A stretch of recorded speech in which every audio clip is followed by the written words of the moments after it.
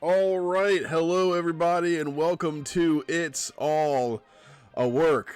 Obviously, today, if you've joined us before, you'll notice that we are missing one of our co-hosts. Dreschen could not be here this evening, which is okay because we still have our man Hanji Manji over here to the right. And now, in case you want to ask us questions specifically, as you can see, we have a little names under our screens. So there you go for that. Today we're obviously going to be going over Raw, as is per usual, and we're going to go through some news. There's some sad news that happened. There's some other news that happened that's funny. So we got a decent mix, and then we've got a big announcement coming up that we'll get to at the end of the podcast. So we're going to go ahead and jump right into it. Like I said, we'll be reviewing Raw. February 26th, last Monday. Raw's going to open up with Drew and Becky entering the building. Obviously, they won the Elimination Chamber, so the focus is on them.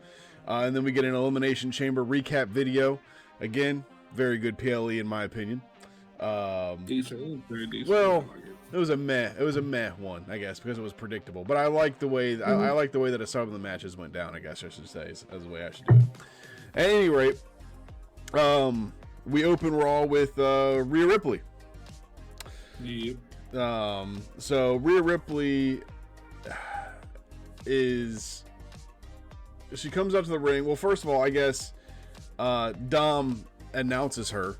And gets his tail beat tries up. to announce her. Yeah, tries to announce her. And you know, it's funny with this thing because it's funny that all of a sudden they're back on TV together. So like, there's been a lot of speculation, even here on the podcast, where we have said, you know, hey, maybe it's fan backlash while they're splitting them apart. Now all of a sudden they're coming back together. Maybe they're just trying to get the story, like, I guess the story kind of right? I mean, like, if Rhea isn't really needed to be there, maybe she isn't there because she's doing her own thing, and maybe Rhea's outgrown the Judgment Day, right? Possibly. My thought process behind it is that maybe, you know, they're bringing her in to actually remove her from the Judgment Day, you know, finish that kind of chapter of the Judgment Day storyline. Because I feel like it's going to eventually happen, but she needs to come back. They can't just, you know, split her off and then not say anything about it, because clearly us fans are going to question what's going on with Rhea and the Judgment Day. Yeah, and I think the breakdown of the Judgment Day is probably going to happen after WrestleMania. At this point in time, I don't know who they're going against, but I say Finn and Damian lose the tag titles to whoever they go against. And I think Rhea's still going to retain at this point, but you know, that's neither here nor there. So you think she take it down Becky? Yeah, she's going to beat Becky. There's no. I mean, like, everybody expects a title change at WrestleMania, right? And I think the only title change that's actually going to happen is I think Drew's going to beat Seth, and that's about it. Really? Yeah. You don't think Cody finished that story? I think that The Rock. So I know that I've been saying it's all a work, the whole thing, but I think that if The Rock went against Roman, I think that Roman would have beaten The Rock, and then Roman would have gone on to beat Hulk Hogan's, you know, record in September, right? So we're in a situation now where everybody's like, we want Cody, and I would not be surprised if we get Cody, and then Triple H says, you gotta wait another year. You know what I mean? Would not be surprised.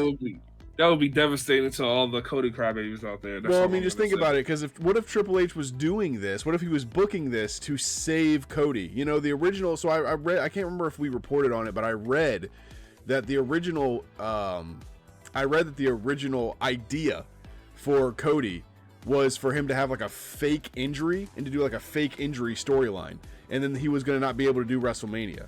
So I think if the whole Rock thing wasn't a work and they were actually going to go through with that match, I don't think they had any, and I mean absolutely any, intention of giving Cody the title at WrestleMania 40. I don't think Roman's losing. I don't think he's losing. I think he's going over. I mean, but you know, the fans, they changed the story.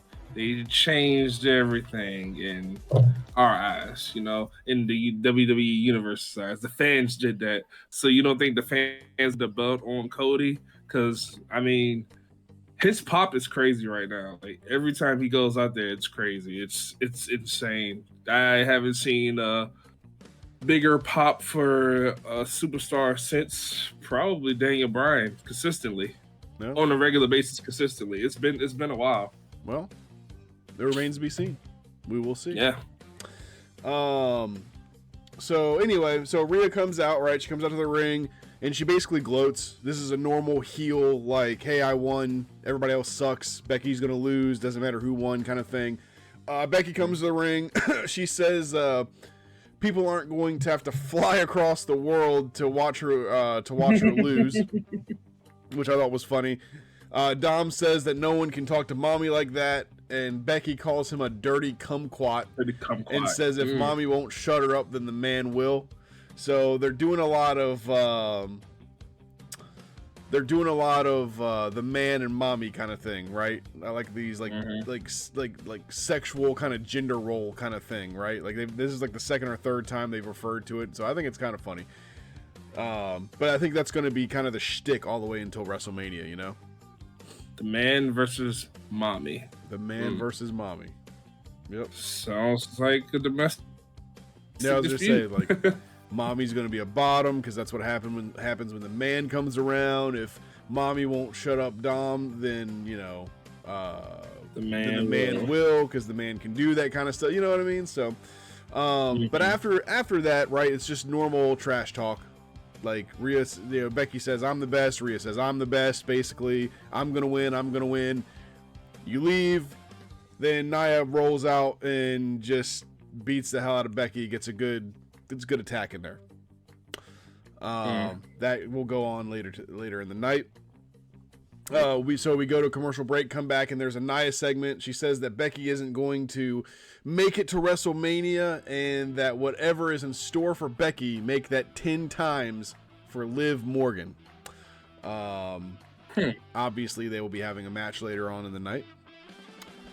So we get after that. That's going to go into our Sammy versus Shinsuke Nakamura. It's a normal kind of match in the beginning. One thing that I noted is, like, it's really cool to see that all feuds from NXT end up on the main roster. They carry over. I love it. Yeah, so it's very weird to watch like this power level thing. Like in NXT, you can be built as like the next big thing, like a Brock Lesnar almost, and then all of a sudden you go to Raw and SmackDown, and you're just like a Jamie Noble. You know, no respect to Jamie, no disrespect to Jamie Noble, but you know, I'm just saying, like, you know. Yeah, I get it. But you That's know, tough, it's been like 4 or 5 or however many years now since they've been on the main roster, and now they're finally really getting to their storyline that they kind of left off in NXT. Not really storyline, but their matches. You know what I mean? Yeah. So,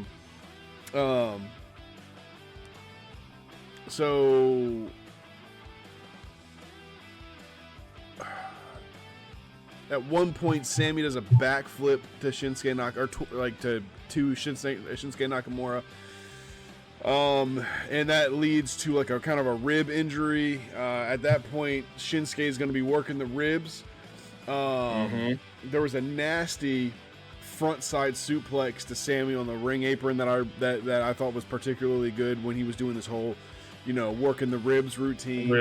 Yeah, that was disgusting. Like, just it looked painful. You know, again, people say this is fake. That's not fake. You can't fake that. Oh yeah, that's gonna hurt no matter what. Like the ring's padded. All right, cool. Like the ring's got springs in it. All right, cool. Like it don't matter, man. You just landed on your front. Like you're hurting. Say you still slamming. Like your body's still slamming to get something. Like it's not gonna feel good. Right. So Sammy goes through and he hits like his blue thunder bomb. He hits the Michinoku driver. So here's the thing. I was thinking about this while I was watching this match. Do you think getting to a point in professional wrestling where maybe the wrestlers should start doing moves that aren't in their normal wheelhouse? I think so, because we just seem to see the same thing every week, right? Right. You know, it's time for them to kind of go outside the regular basic moves, you know, try something different. I mean,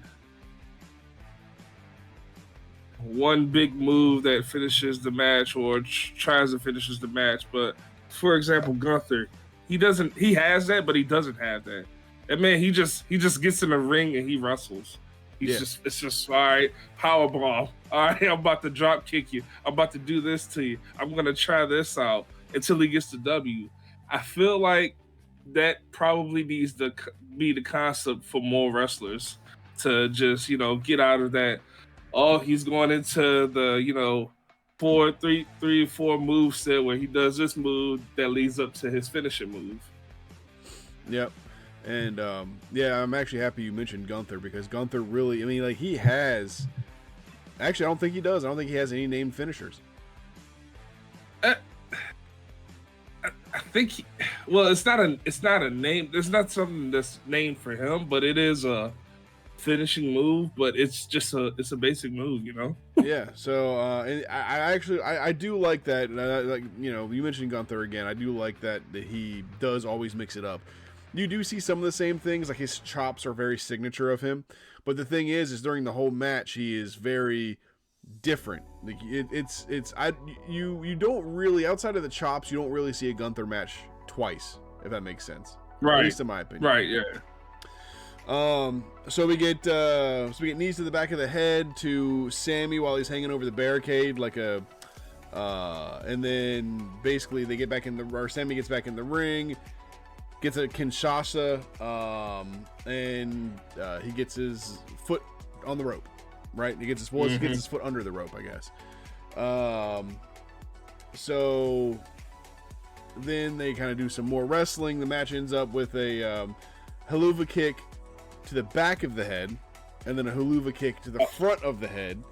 It was about a 10-minute match. I thought the ending was really good. It actually felt like both people looked strong. Like Shinsuke looked really strong, and Sammy, you know, did the whole I'm gonna get the hell kicked out of me bit, and then I'm gonna come back and do my, you know, big moves or whatever because I persevere, basically. Right. And the fact that he did it to the back and the front, that's it. That's what I need. If you're gonna do a finishing move like that, I need it on both sides. Capitalize on that victory. Yep. I think that sometimes it's hard to have continuity with these kinds of things, right? So like he just fought Shinsuke Nakamura in the opening match at Raw, and he hit the haluva kick to the back of his head and the front of his head to pin him, right? So how many haluva kicks does it take to beat Brock Lesnar? Like a Brock Lesnar, right? Like, I mean, we're talking like 3 to the back, 2 to the front. Like where's the continuity there? Like if he was going against Braun Strowman, how many does that take? How many does it take to beat Bronson Reed? See, it's like, where's the is there continuity there, or, you know? Right.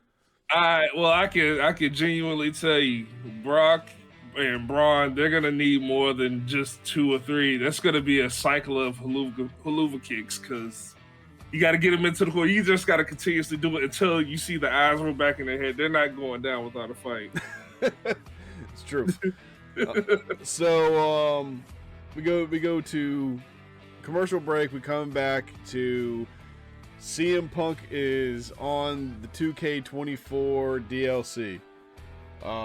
You know, it's funny. CM Punk made a big deal about this on social media, and I just, who cares? It's like, if he was or wasn't there, like, really, who cares? That's like I always tell people. People are upset about Brock. You can always just make Brock and then create a character. You know what? That is fair. That is a fair statement. You can, if you fit. Here you go, fans. If your favorite character or game, just create them. Simple as that. Or you can wait maybe 3 to 4 months and just download the character because somebody else will create them. So there you go. Do you remember back in the old days when the WWF, WWE games would come out and there was always a face paint, like Sting face paint in there? Always, regardless. So you could always make Sting in the WWF, WWE games. You could always make Sting. So I don't know. I always thought that was funny. But yeah, but you know, I was talking with one guy, and he was like, "Oh, but he won't have his music." And I was like, "Yeah, but his intro. You probably have his intro, not theme, but his intro movements. You probably have his fireworks. I guess pyro is probably there. Like everything he does is there except for his music. Big deal. Play it on your cell phone if it's that much. If it makes you feel better, yeah. And you know the crazy thing now, now you could download his music, which is crazy. You know, they have upgraded these games so far to where it's like, you know, anybody can work within any company. AEW can come to WWE, vice versa. You can just have a slew of TNA character superstars on the game. Like, it's crazy. I love it though. Absolutely. So then we're gonna get to our second match of the night: Chelsea Green versus Raquel Rodriguez. You know, controversial statement, my hot take here for the evening. I actually like Chelsea Green. I don't like her wrestling, but I like her character. No, her personality is there. It's those moves and that wrestling I'm not a fan of, but the rest of it's there. You know, she has a mouth on her. And the thing is like, she's not over in a positive way, but she's over as a heel. Like, people hate her because she does her job well. She's so damn annoying. And, you know, obviously she gets on the mic and, you know, the thing is like during her whole spiel where she's like, I complained to corporate and this, that, and the other, and whatever. I was like, that's good heel work. Like, that's good, like, telling a story, whatever. No one gave a crap in the crowd, though. Like, let's be real. In the crowd, it was dead. And then she mentioned the Sharks losing, the San Jose Sharks losing, and then everybody popped and was pissed off about it. Oh, not our Sharks. Oh, no. You're not going to talk. Boo. Right. So everybody thinks she's really annoying, but, like, I feel like they don't see it yet, and I feel like it's with the same thing with Tiffany Stratton.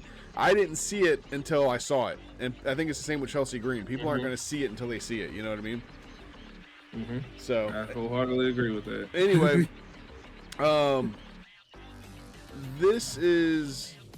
I took no notes on this match mainly because the only thing I put was Raquel squashes Chelsea after a slap. So Chelsea gets really one piece of offense. She in the beginning she says cross this line, now cross this line. Raquel crossed that second line. Chelsea hits her with the slap, bop, and then Raquel beats the absolute hell out of her. Hits her with the Tahana bomb. I think is what it's called. I think you had it right. Tahina bomb. Hits her with that. This match meant nothing, really. No. It was really a time waster, and I think that it could have been. I think that it could have been this whole feud thing could have been a backstage segment, and they could have had, like, later on, Chad Gable's in a backstage segment. They could have had Chad Gable come out and wrestle instead of them coming out and wrestling, and it would have meant more. So I just don't think it was they made real good use of their time here, in my opinion. I mean, yeah, but maybe they're trying to do something. Maybe they're trying to showcase something. You know, the whole crossing the line thing. It could be a stick that they're about to go with Chelsea Green. That's the best thing I could think of, because it was just like a man. We knew it was gonna happen during the match. We knew it was gonna be a squash match, but maybe they're trying to build something there. Who knows? I'm just trying to get inside Triple H's mind with his, creative work. Yeah, and that's why I kind of give them a lot of leeway with, like, the segments and stuff, right? Because as far as the segments are concerned, like, there's always more segments than matches. And, the thing is they're telling stories in the back, and I'm just like, well, why can't you tell a story in the ring? And for me, this is a perfect example. It's like sometimes the story doesn't need to be told in the ring. At least that's how I kind of feel about it. But you're right. It could be that they're trying to build Chelsea and give her some more screen time. They may have made a promise to Raquel since Raquel just came back. They could have been like, hey, we're going to get you on TV more. So let's just throw you in this random feud with Chelsea. You know, y'all go out there, do good work. Maybe you can, you know, get your way to the title, something like that. I can see that. But who knows? Again, I don't think it was needed, but you're right. There could be something down the line. I guess we'll have to see. Right. I mean, for some other storylines, like, you know, R-Truth, when R-Truth first went into the Judgment Day, nobody thought anything of it. We were just thinking, oh, he's just being R-Truth. Yeah. It's whatever, you know. But then they got this whole segment of Judgment Day, R-Truth, the story that they're still telling. And it's a fantastic story. Like, we're all invested in it. So that's true. I'm just I'm giving them time to build on it. Yep, he is the Sami Zayn of the Judgment Day. I'm telling you. So speaking of Sami Zayn, we get a Sami Zayn segment. Obviously, he's over the moon that he beat Shinsuke Nakamura. Imperium comes over and stares at him. They walk away. Gunther walks up behind him and just kind of laughs at him. This is pretty much Sami versus Gunther confirmed at WrestleMania, right? Or are they going to ruin it and do it next week? I can't say they're going to do it next week, but I'm thinking maybe a triple threat match, you know? Yeah. Because, and again, I don't know who it would be, because you got the Jey Uso, who had a chance at the title, ruined it by Jimmy, you know. It could be a random Damian Pierce throws himself into the title mix, or Finn Balor could throw himself into the title mix and Damian Pierce cash in on Gunther.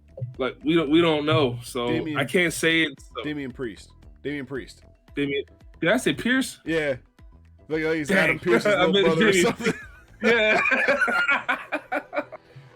Oh, yeah, man. Adam. Brother. Yeah, that's just cashing in. But no, Damian Priest, he could be cashing in on, because, and we can get into that segment when it comes up. But I don't know. That is true. I say it could also be Dom, but we'll get into that in a second. So the Cody segment. The only reason this segment even existed was to remind us that he challenged The Rock, and that The Rock will be on this Friday, tomorrow, and that the main event is going to be him and Grayson Waller. There wasn't really much out of that, not a lot of meat in that sandwich, just kind of, hey, here's a reminder.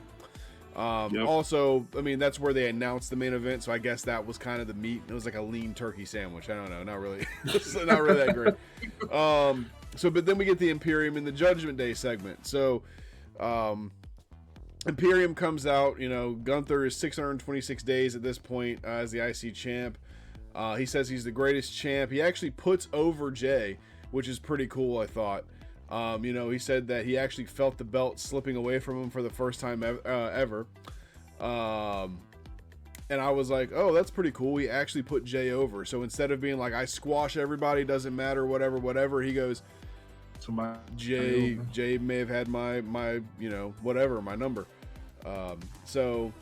And then he says that he can read the room and he sees who people are wanting. So he names Chad Gable, Sami Zayn, The Miz, R-Truth. In my head, I was like, does this mean, you know, that they might be doing like a fatal 5-way, a fatal 6-way? It's been a very long time since we've done something like that.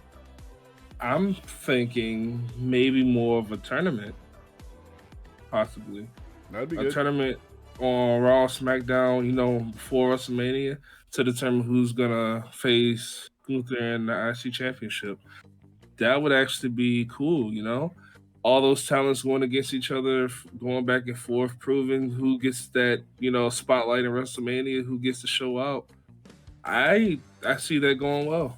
Yeah.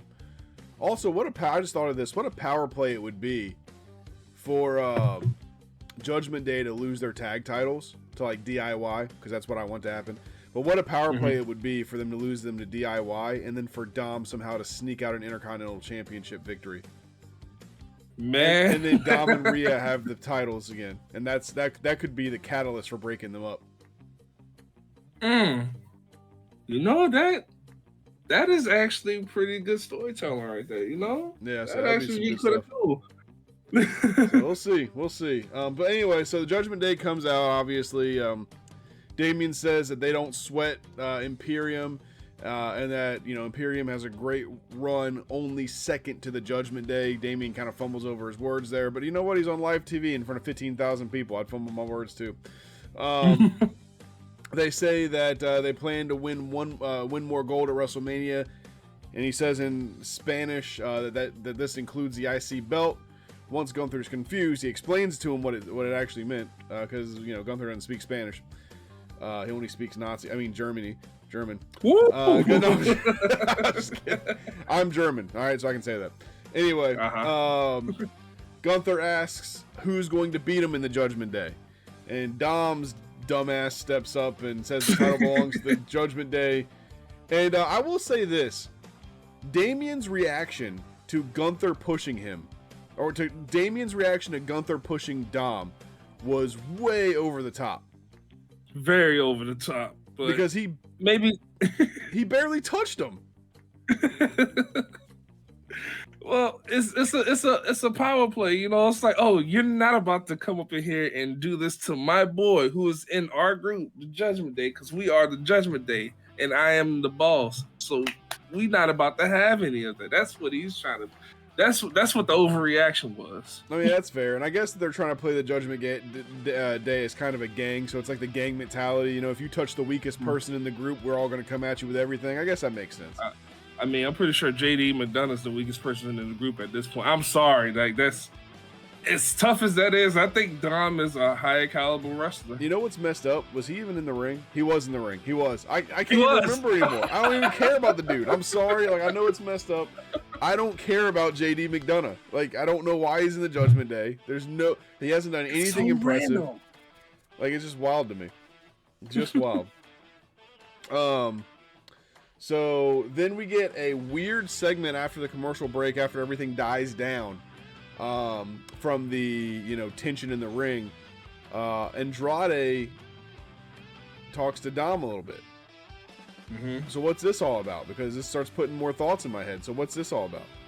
I think that dates back to a while ago, because I'm pretty sure Dom has something to say about Charlotte, and Andrade wasn't there during that time period, because I think it was Rhea versus Charlotte at the time, and Dom was talking his stuff, and Andrade was at the time in AEW. So now that he's here, it's kind of like a, hey, I heard what you said. I'm here now. So what's up? Interesting. So possibly a future match, future beef. I don't know, man. It looked like they were going to work together.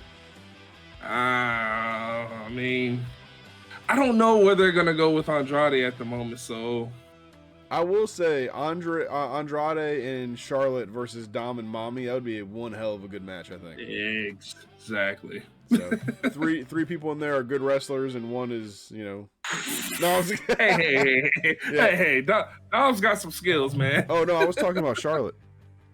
No, okay. I'm just kidding. Don't tell her I said that. Anybody listening, don't tell her I said that. So, all right, then we get the New Day versus Imperium. I know that you had some thoughts about this match. I'm gonna let you go through your thoughts. Let me go ahead. No, it's just I don't know. I didn't care for it. It was just a street fight that wasn't really a street fight. I didn't feel the anger. I didn't feel, the need for blood. All I got was, Dudley Boys get the tables, which is extreme hardcore wrestling, but it wasn't Dudley Boy, extreme hardcore wrestling. It was there, but it wasn't all the way there. It just felt like a basic match. Within the first couple of minutes of Xavier beating somebody with the kendo stick just snapped. That was like, all right, well, you can stop hitting them now. That's worthless. You're not doing anything at this point. But I don't know. I just think it was unnecessary. They could have did something else with it. I don't know. Well, I will say for me personally, it was obviously it was a continuation of their feud. I think it's a nice feud for them to be in my opinion. As far as the match itself, I enjoyed it because we have not seen a match like this in a long time. So it was one of those things where it's like, if you haven't drank water in 3.5 days and you're about to die and someone gives you poop water, you're like, oh, that's good water. You know what I mean? I'm sorry, you know, I cannot drink my own piss. Is that an option? Because I don't want no poop water. So, all right, so the match itself, it starts outside the ring, right? And you know, it goes back, it goes into the ring, but then it goes outside of the ring again, and it goes all over, you know, the arena. You know, and the list of weapons that were used, even though the first one isn't really a weapon, but the ring apron, they used Francesca, the trumpet.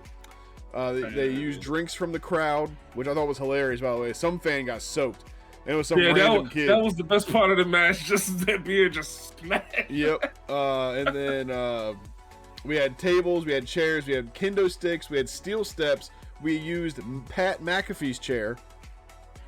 Shout out to Kofi. And then the baking sheet at the very end. So a couple notes I took. Giovanni Vinci was wild in the ring against Woods with the crossbody and the kendo stick.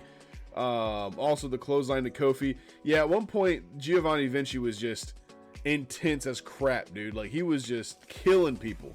And honestly, this is the first time I actually noticed him, and I actually remembered his name because of that, you know, because otherwise it's Ludwig and the other guy. Ludwig and the bald guy. Yeah, but no, Giovanni, he actually did his thing with that, you know. That was actually a good highlight for me of a match I didn't really care for, but good on him. You know, I want to see more of that from him. You know, get him out there. Yeah, absolutely. I think he is really good. And I'll be honest, I'd seen a lot from Ludwig Kaiser, and I wasn't a fan. And I actually now think that Giovanni Vinci actually has a little bit more. And I don't know why he's been playing second fiddle. That's kind of weird. So, well, only time will tell, man. But I still think Ludwig is up there. I'm just, you know, I like the German villain. That is Ludwig. That is nothing but a German villain right there. I mean, that's fair. That is fair. Obviously, they teased the tables the entire match, you know, with the New Day trying to get the tables and Imperium not using the tables just because of the fact that the fans wanted to see them. So Imperium doing some good heel work there. Eventually, Xavier Woods does hit his elbow through the table, and your kind of finished sequences. You know, Vinci pushes Kofi off the top rope through the table onto the floor, so another table ends up being used by Imperium, however inadvertent. And then we get our first clear headshot in ages. Xavier Woods took a baking sheet straight to his head, and that hasn't happened in a long time, like a clear intentional headshot. And Imperium ends up winning via a roll-up from Kaiser after Giovanni Vinci hits Woods with a baking sheet, and that was your finish. So I think the right people won. I think it was a good idea to put Imperium over. They've been doing a lot of jobs, you know. New Day has kind of had their time, and really what's going on is they're waiting for Big E to come back. Do you see him coming back? I don't know. Yes. You do? So the conversation that I read about is that, you know, Big E said, hey, you know, until I come back. So basically the idea is, hey, I'm coming back, but until I come back, do you guys want someone else to be the third member of the New Day? And they both were like, no, just come back when you're ready. So he is coming back, in my opinion. I think that he's probably going to be a little scared, and it'll probably be really easy on his neck and everything. Yeah. But I do see him coming back. And you know, when I said that, you know, the whole conversation about who would be the third person in the New Day, could you imagine, like, if they put Bobby Lashley as the third member of the New Day? There's another big dude just like, all right. No, that would be so horrible. Because, I mean, could you imagine Bobby Lashley trying to play a trumpet? Yes. I want you. Wow. He's too muscular for that. I'm sorry. Can you imagine him doing the twerking and stuff that Big E's doing? Like that would just that would ruin days. Is all I'm saying. You know, that would ruin people's nights. You'd lose ticket sales. Big E ruined it for me because I saw him, like, when I first saw Big E, he was Ezekiel. You know, big Ezekiel. You know, strong man with was AJ Lee and Dolph Ziggler. Yeah, he was the bodyguard. Yeah, that man was a beast. And then he gets with the New Day and he's twerking. And I'm like, what is this? Why is he twerking? And also, why is the man wearing such a tight singlet? You know, motherfucker looks like he out here carrying a sausage and 2 ping pong balls. I don't understand. He has no air. I'm pissed off. He is chafing. Like I'm upset. Chafing. So all right. So anyway, this gets us to the Adam Price segment. He's on the phone with Bronson Reed. I must apologize and ask everybody for forgiveness. It was not Braun Breaker. It was Bronson Reed the entire time. Even to the point where I was like, no, it was both of them. Braun Breaker did not have a kid. Nope, it was Bronson Reed. So that was my bad. I messed that up. Hanji, I apologize. Oh, good, man. So he's on the phone with Bronson Reed, congratulating him. It looks like they're talking about their Intercontinental title. That's kind of what it looks like to me, because he's like, you know, on the phone, he's like, remember, this is on the forefront of everybody's mind, you know, whatever. He's like, I get it. I'm having that conversation with a bunch of other people too. Chad Gable enters the room. Pierce gets off the phone, and, you know, then Chad Gable kind of pleads his case for the IC belt, and he says, you know, hey, you know, Gunther laughed in my, you know, wife's face or whatever, made my kid cry, like this whole kind of thing, and kind of pleaded his case. We are going to either do a fatal whatever number way for the title, or we're going to do like you said, a tournament for the IC belt. But it's definitely going to be something, and it's gonna. I hope that it ends up being big. I hope it ends up being Sammy. I hope Sammy ends up going for it. You know, to complete his story for WrestleMania, it would make sense for him to go against Gunther. Now, as far as just based off of strength, off of pure, you know, hey, he's been putting in the work, I'd have to go with either Bronson Reed or Chad Gable. Both would be good options as well. Like I can't wait to see what they're gonna do with it. But I know that they have to do something with it. They cannot just leave it to well, he's gonna face this person and that's it. No, there has to be a slew of matches coming in the works. I'll tell you what I would like. I would like to see a complete swerve and see the United States Championship go to Raw and the IC belt go to SmackDown. Like someone from each brand win the belts and then the belts flip. So a brand doesn't lose a belt or gain a belt. I think that'd be pretty cool. It just flips. Yeah. I can see that. You know what I feel like they need to bring back all together anyway? King of the Ring. I agree. They need to bring that back. That whole, just that tournament, that whole fighting style, that they need to bring that back. Yeah, that was always a good tournament. The last time they've tried to resurrect it, though, it hasn't been great. But I always do just enjoy the idea of it, even if it isn't executed well. So, so next we get Shayna Baszler and Zoe Stark versus Candice LeRae and Indy Hartwell. So kayfabe speaking, this match makes sense. Shayna and Zoe would like to be number one contenders, and the number one contenders, well, the number one contenders lost in Perth, even though they weren't the number one contenders. I don't know who they would be, but whatever. So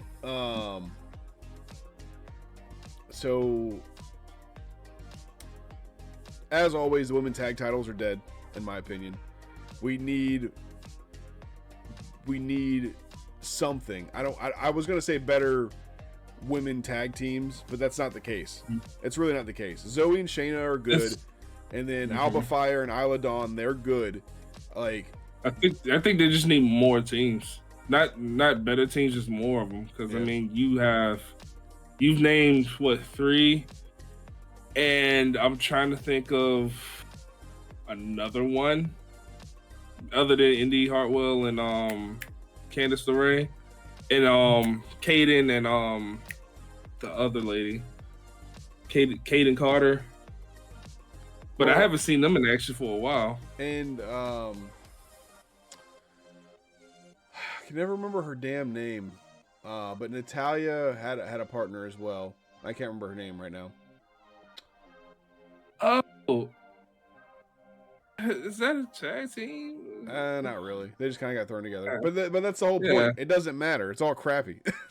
So I mean, like, you could loosely call Dakota Kai and Bailey a tag team, but that's not going to work out. But- yeah, but that's just a story. Like that's a part of that whole storyline, which Right. I'm excited to see how this is going to pan out. If our predictions are going to be right, but you know, Oh yeah, SmackDown's going to be interesting. Mhm.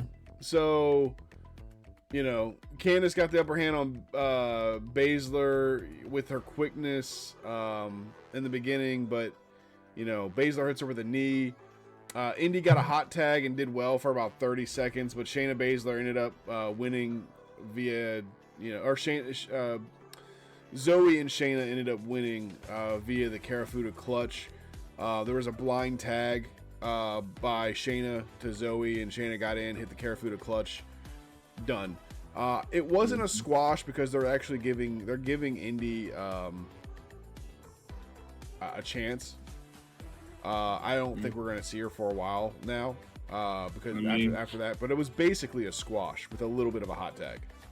Mm-hmm. You know, They need to give her something with that WWE rating they gave her. those ratings are crazy. Those are abysmal. So, Drew segment, you know, it's really interesting with Drew. Drew's last 3 matches ended because someone interfered.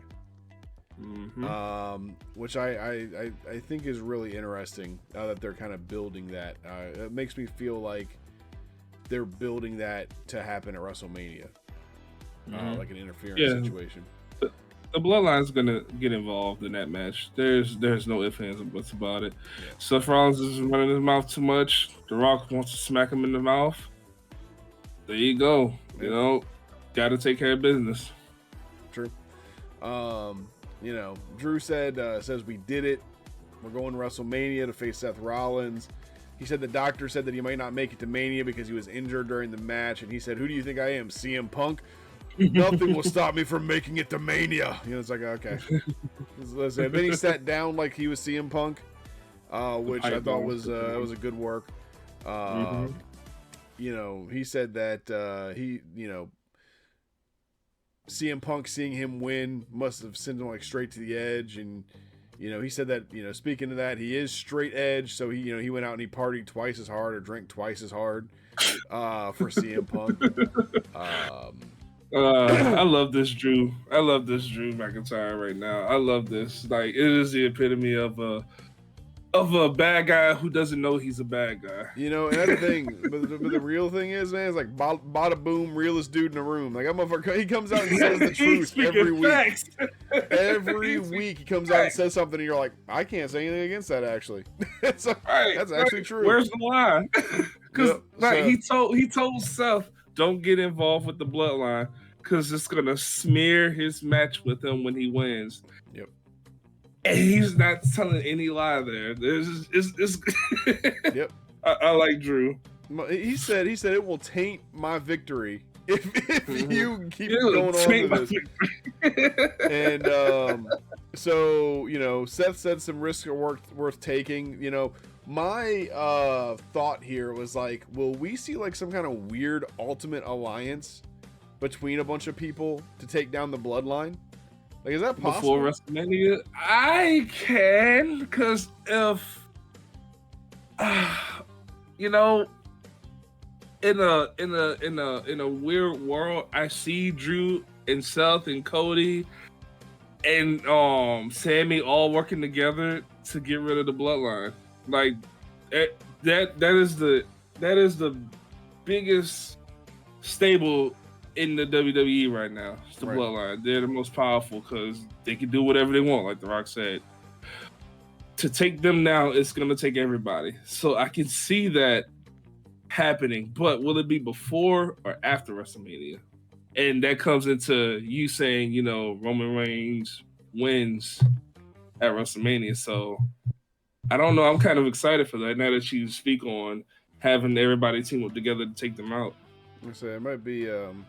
Yeah, so there's so much up in the air for WrestleMania, and I actually like that. There's so many different options, and every time you say one extra thing, it's like, oh yeah, maybe that will happen. So we get Nia Jax versus Liv Morgan. Same thing as like all the other matches. That night. Liv starts out strong, but then Nia just uses her power to destroy her. And it's not a squash. Liv gets in some offense. They want her to look strong. The stink face to Liv had me going because Liv actually coughed afterwards. And I was like, yo, that was a shoot. Like she ain't working at all. You sure? I mean, I don't know, man. It could have been good work, huh? Who knows? I'm sure it ain't great back there though. Yeah, it can't be great. You wear that suit all day, you get to sweating. Oh, stop. So, but anyway, Nia goes for a leg drop on the apron, and she starts favoring her butthole, which is obviously like a nod to the my hole scene. She just can't say my hole, and I love that. I love that she does that bit now. Like she grabs her ass and she's like, "Oh!" Like everybody knows what's going on. So that's really good. So she hits a Samoan drop on the ring post to Liv, and then kind of turns around, and Becky's up on the barricade and attacks her. A little bit of payback to Nia. Liv is going to win via DQ on this one from Becky Lynch attacking. I did not like this for Liv, but this was good. This was good for a Becky Nia match in like a week or two. Well, it's going to be next week actually. So this is good for a Becky Nia match next week. Now, because after the match, there's a segment with Liv showing up. Do you think that those live into the mix, to continue her revenge tour? Becky kind of messed up her match with Nia to prove herself. Does Liv get involved with Becky? It's funny because as I was going to mention that, so right now Liv is a face, and she's on her revenge tour, and that doesn't make a lot of sense. So she needs to turn heel, so I can see her getting involved and having Becky win via DQ next week, and then Becky and Liv go against each other. Go ahead. Well, I was gonna say, which makes sense for Becky to go against Nia, then Liv, and then Bianca, leading to WrestleMania, because those are the three. Two of which, one went against Rhea at Perth, and then the other two the fans wanted to win. So what you do is you have Becky go over them in one way or the other, whether it's a DQ or not, and then Becky looks as strong as she can going into WrestleMania against Rhea. I can see that. Now, but see, that's where I was gonna question. Now, does Liv get involved with this match coming soon, or does she wait until WrestleMania, the big match, to get involved? I would say not WrestleMania, and the reason is because you don't see a lot of interference at WrestleMania. You saw it from the Bloodline last year, and that was so taboo that I didn't like it. Like, I hated it. And I didn't hate it because Cody didn't finish his story. No, I hated it because it didn't feel right. It's WrestleMania. That's where we put everything to bed. And they tarnished that.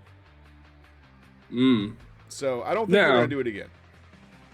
Now see, this is where I'm thinking, like, instead of looking at it as a bad thing, maybe it opens it up to new possibilities. Because yes, WrestleMania was the place where we put everything to bed, but now we're generating new storylines within the finishing story, so the story continues. You got chapters to this. It was the young people say we got levels to this, brother. And that So could be. I'm just thinking maybe they're building it so where that story doesn't have to end there. However, it furthers it and makes it more interesting. It's like another chapter of the story. I can see it. I can definitely see it. I hope they don't do it, but I can see it. I'm not a purist in a lot of ways, but with WrestleMania being like, let's finish all these stories or whatever, or I'm way like I like that because it's like the new season starts, after WrestleMania. So I don't know. We'll see. We will see what happens. I'm gonna stop watching wrestling if that happens. No, I'm kidding. Oh, he's gonna eat chicken nuggets. So I was saying though, I think that having Liv out was a bad idea. I did say that in my notes because I thought it made her look weak. To basically get her, she's on this revenge tour and then she gets her ass kicked by Nia. So that kind of knocks her down a couple pegs. They made her look a little bit stronger in the Becky Lynch segment.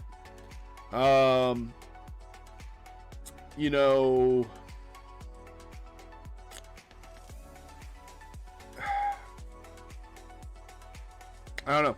I just don't know. They said they made her look a little bit stronger, but I really like Liv, and I just wanted her to look stronger than that. But the thing is like someone's got to look not strong, and someone's got to and you got to let the story build. So I'm just gonna be patient on it. Yeah, just be patient. That's what Triple H has been telling us: be patient and pay attention.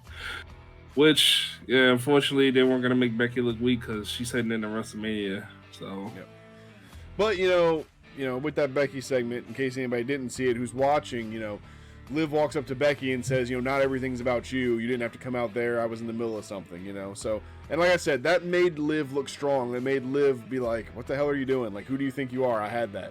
So I like that. Mm-hmm. So it kind of redeemed it a little bit. I don't know if that was an on-the-fly decision or if they had planned that all along, but it was good.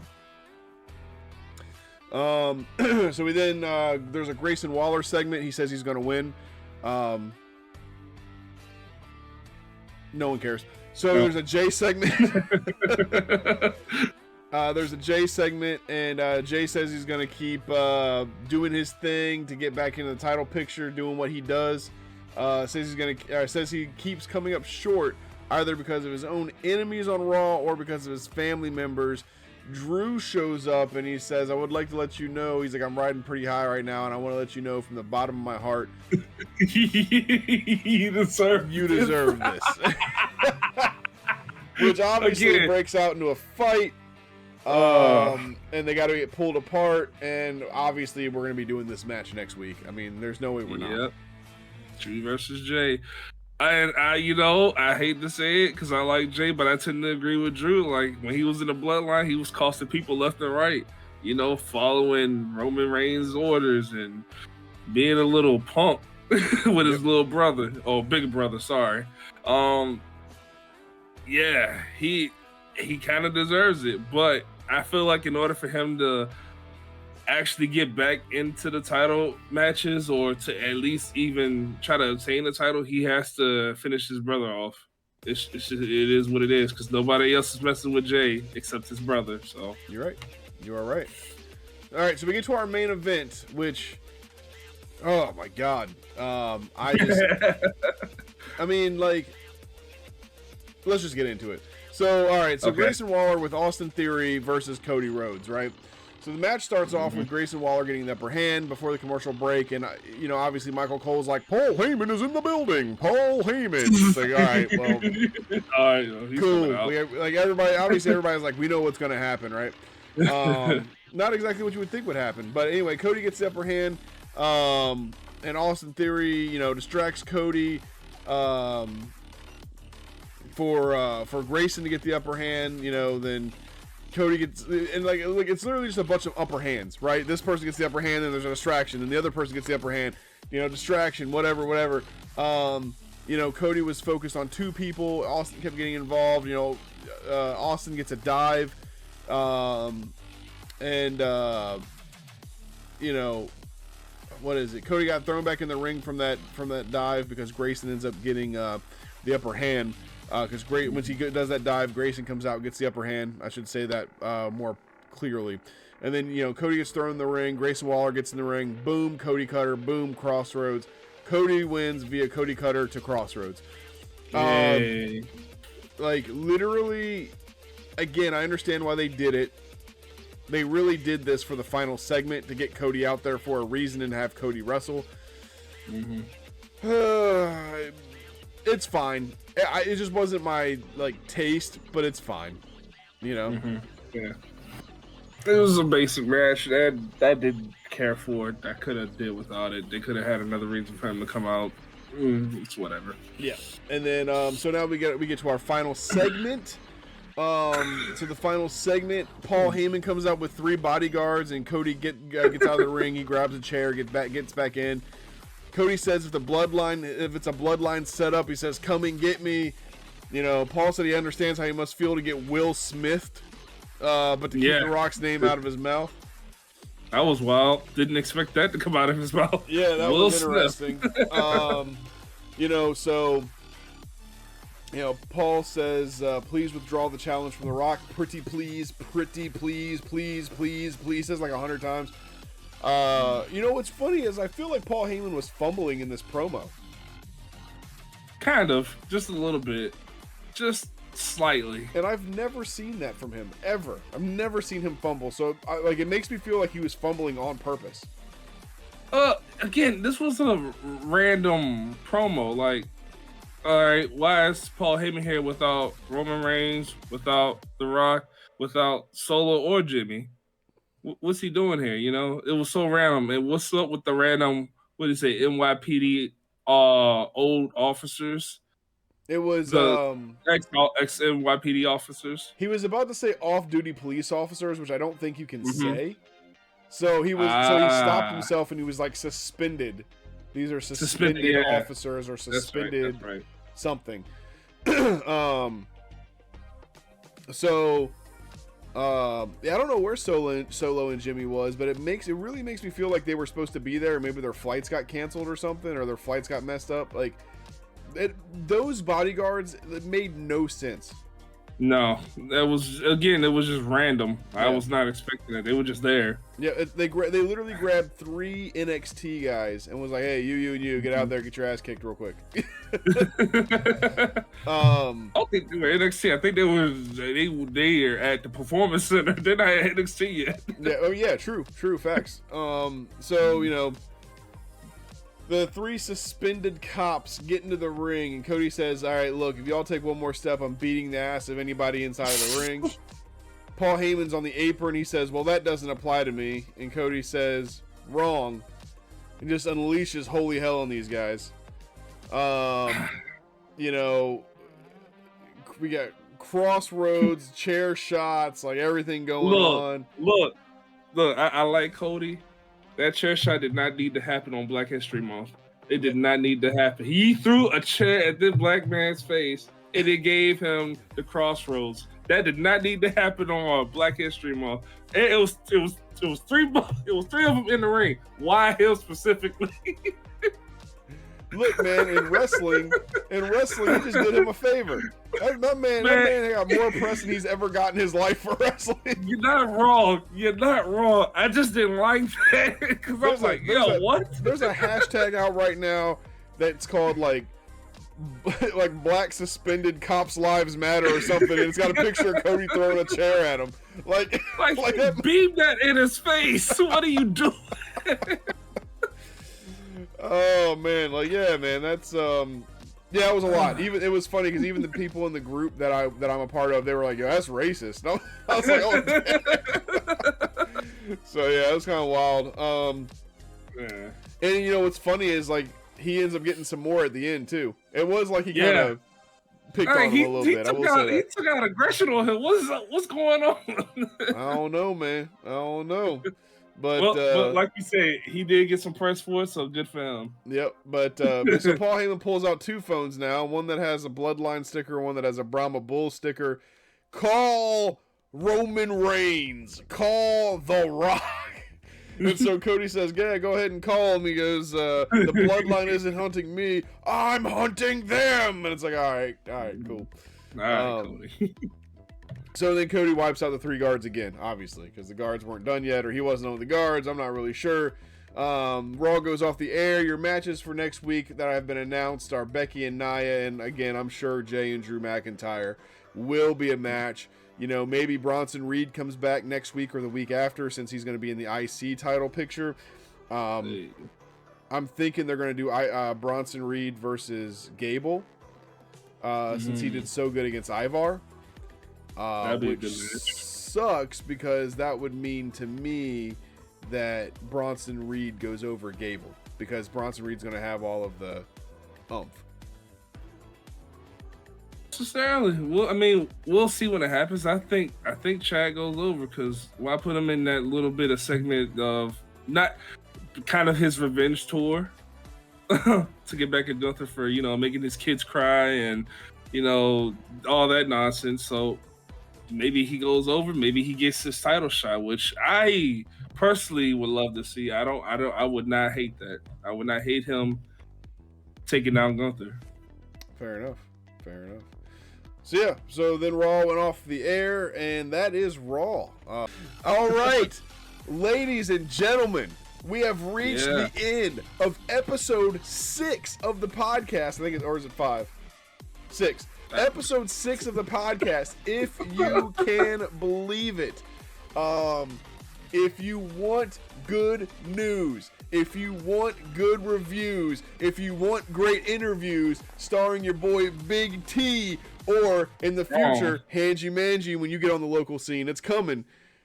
It's coming. You have to come here to It's All a Work podcast. I'm telling you, I've been saying it for the last 3 podcasts now. We're going to the top. We're making moves. We're reaching out to people. We're going to get there.